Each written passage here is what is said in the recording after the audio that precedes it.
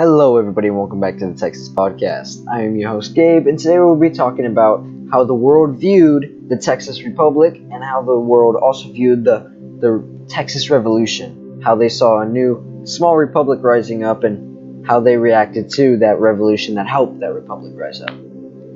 So we're going to be starting first off with the boundaries of the Texas Republic after the revolution. As you can see, the Texan leaders at first intended to extend their national boundaries to the Pacific Ocean, but they ultimately decided to claim the Rio Grande as the boundary, including much of New Mexico, which the Republic really never controlled.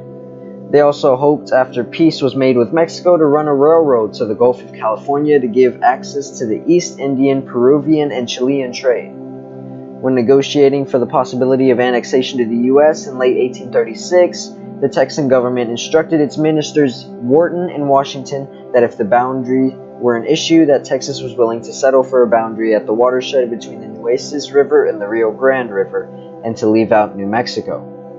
In 1840, the first and only census of the Republic of Texas was taken, recording a population of about 70,000 people. San Antonio and Houston were recorded as the largest and second largest cities, respectively. Now, the diplomatic relations and the foreign trade for the Republic of Texas, well, I wouldn't say it went quite smoothly, but it got him by. Texas's status as a slave-holding country and Mexico's claims on the territory causes significant problems in the foreign relations of Texas, with Mexico lobbying third countries not to aid the breakaway republic. Though supported by the vast majority of the population of Texas at the time of independence, annexation by the United States was prevented by the leadership of both major U.S. political parties, the Democrats and the Whigs.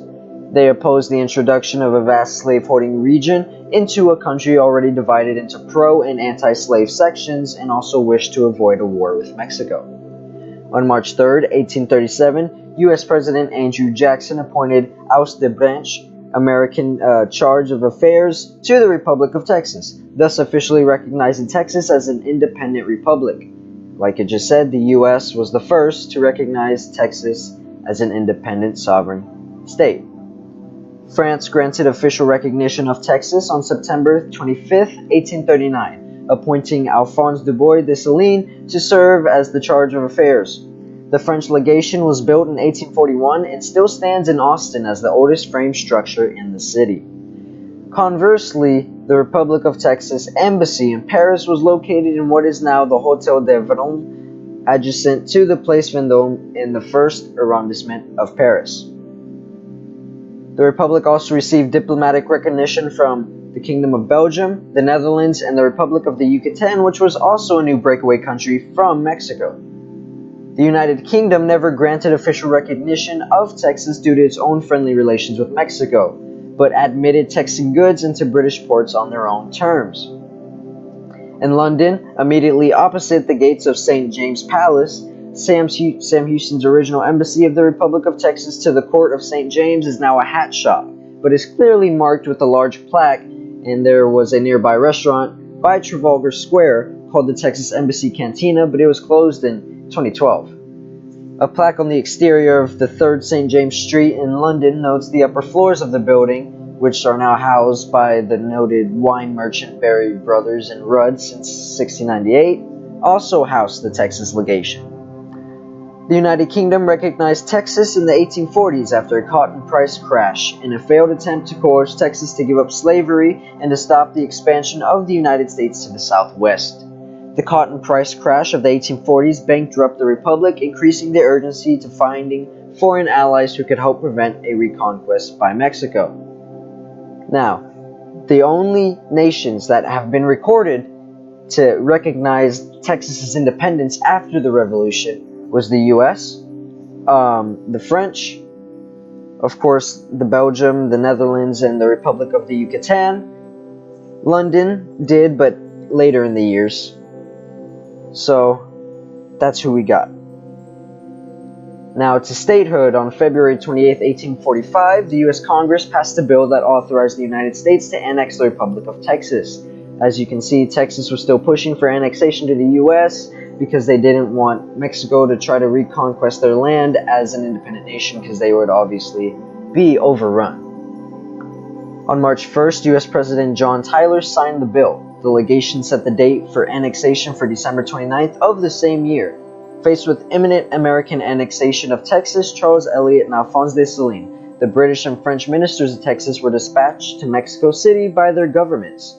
Meeting with Mexico's foreign secretary, they signed a diplomatic act in which Mexico offered to recognize an independent Texas with boundaries determined with French and British mediation.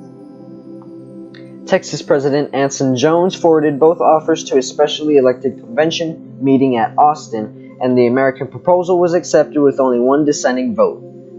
The Mexican proposal was never put to a vote. Following the previous decree of President Jones, the proposal was then put to a vote throughout the Republic.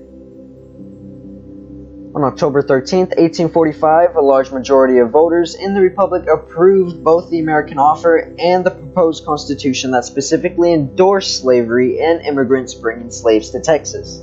This constitution was later accepted by the U.S. Congress, making Texas a U.S. state on the same day annexation took effect, which was December 29, 1845, therefore bypassing a territorial phase.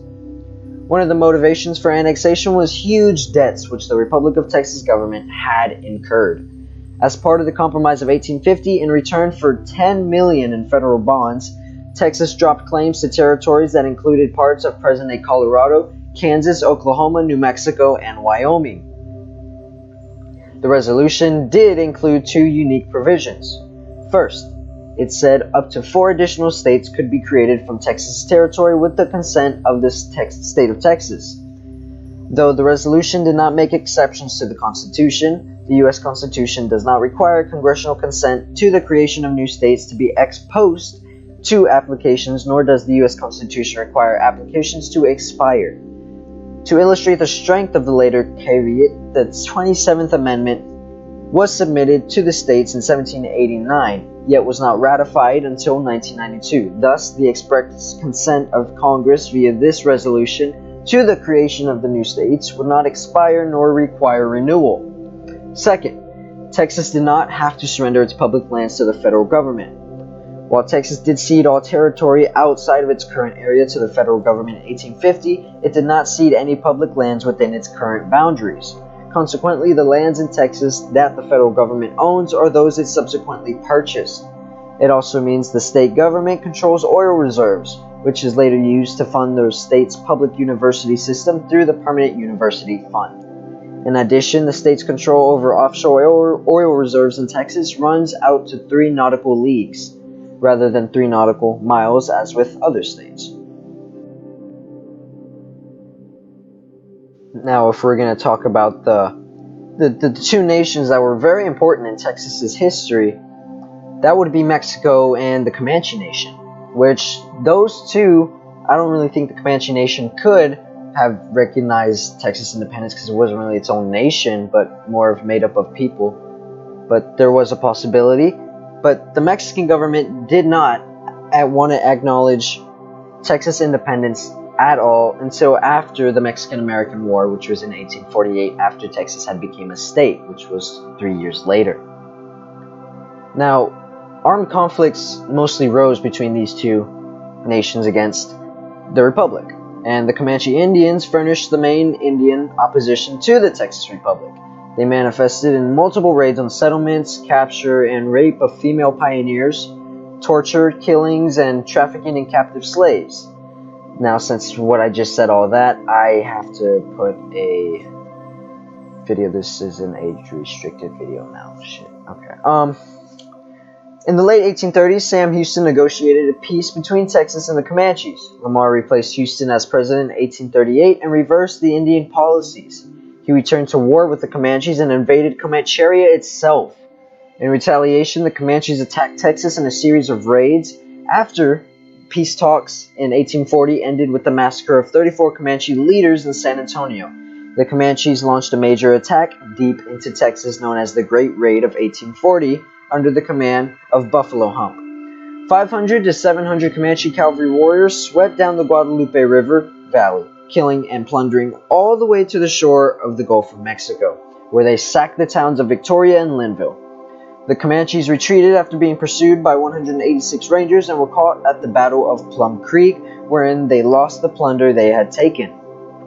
Houston became president again in 1841, and with both Texans and Comanches exhausted by war, a new peace was established. Although Texas achieved self-government, Mexico refused to recognize its independence. On March 5, 1842, a Mexican force of over 500 men, led by Rafael Vasquez, invaded Texas for the first time since the Revolution. They soon headed back to the Rio Grande after briefly occupying San Antonio. About 1,400 Mexican troops, led by the French mercenary General Adrian Wall, launched a second attack and captured San Antonio on September 11, 1842. A Texas militia retaliated at the Battle of Salado Creek, while simultaneously a mile and a half away, Mexican soldiers massacred a militia of 53 Texas volunteers who had surrendered after a skirmish. That night, the Mexican army retreated from the city of San Antonio back to Mexico. Mexico's attacks on Texas intensified conflicts between political factions, including an incident known as the Texas Archive War. To protect the Texas National Archives, President Sam Houston ordered them removed from Austin. The archives were eventually returned to Austin, albeit at gunpoint. The Texas Congress admonished Houston for the incident, and this episode in Texas history solidified Austin as Texas's seat of government for the Republic and the future state. There were also domestic disturbances, as the Regulator-Moderator War involved a land feud in Harrison and Shelby counties in East Texas from 1839 to 1844. The feud eventually involved Nacogdoches, San Augustine, and other East Texas counties. Harrison County Sheriff John J. Kennedy and County Judge Joseph U. Fields helped end the conflict, siding with the Law and Order Party. Sam Houston ordered 500 militia to help end the feud. Now we move on to how different nations reacted to the Texas Revolution. As you can see, foreign relations between Mexico and Texas were not exactly great after the Revolution. The Mexican authorities blamed the loss of Texas on United States intervention. Although the United States remained officially neutral in its statement, 40% of the men who enlisted in the Texan Army from October 1st through April 21st arrived from the United States after hostilities began. More than 200 of the volunteers were members of the United States Army.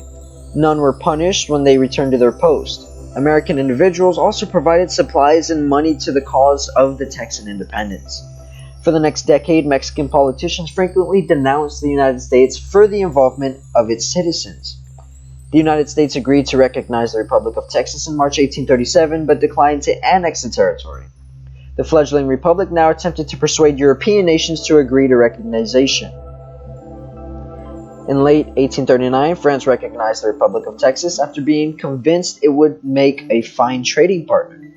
For several decades, official British policy was to maintain strong ties with Mexico in the hopes that the country could stop the United States from expanding further.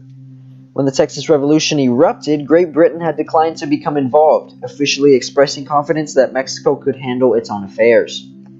As you can see, Britain did not exactly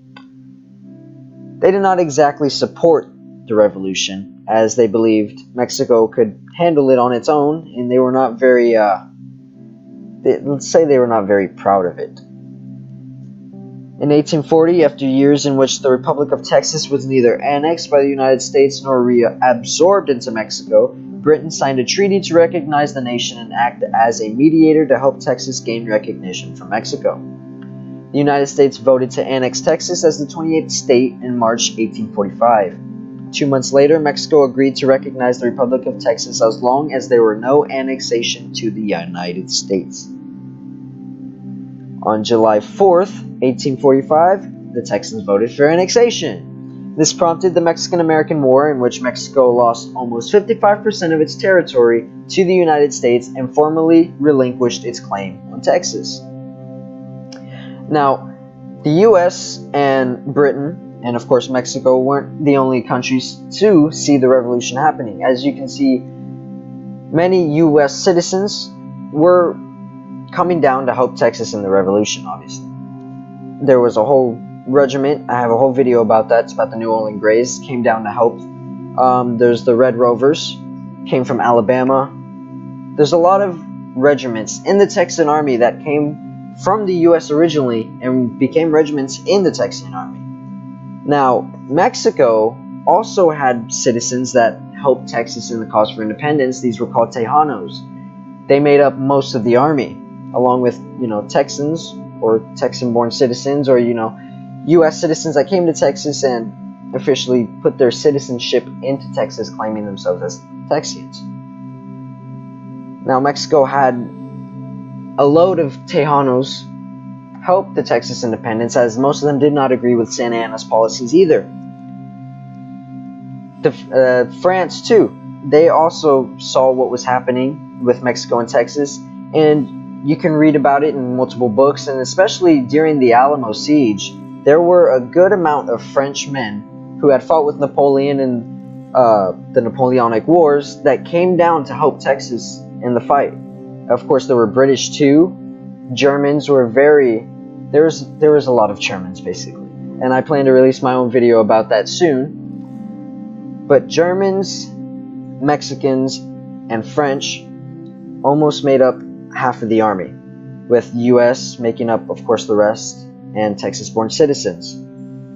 So there were a good amount of countries that had a reaction to the revolution and decided to help on the side of Texas, which really ultimately helped it in deciding Texas's future during the revolution. Because ultimately, all this manpower they had, they were pretty set up. Now, Texas probably would not have been independent if it did not gain help from the United States, and it was just fighting on its own with help from no nations or anything. Of course, Tejanos would still be there, but there were not a lot of Tejanos in Mexico. Actually, more U.S. citizens or Texan-born citizens outnumbered Tejanos 10-1. So even if Texas tried to fight on their own with no foreign relations, no allies as such like the U.S. and the European powers, and it was just purely Tejanos and Texans, they would have most likely lost this war without the help of the United States, France, and of course Mexico. But that is all I got for this video. Of course, I plan to release a video about Germans in Texas soon, so y'all stay posted for that, and I'll see you on the next one.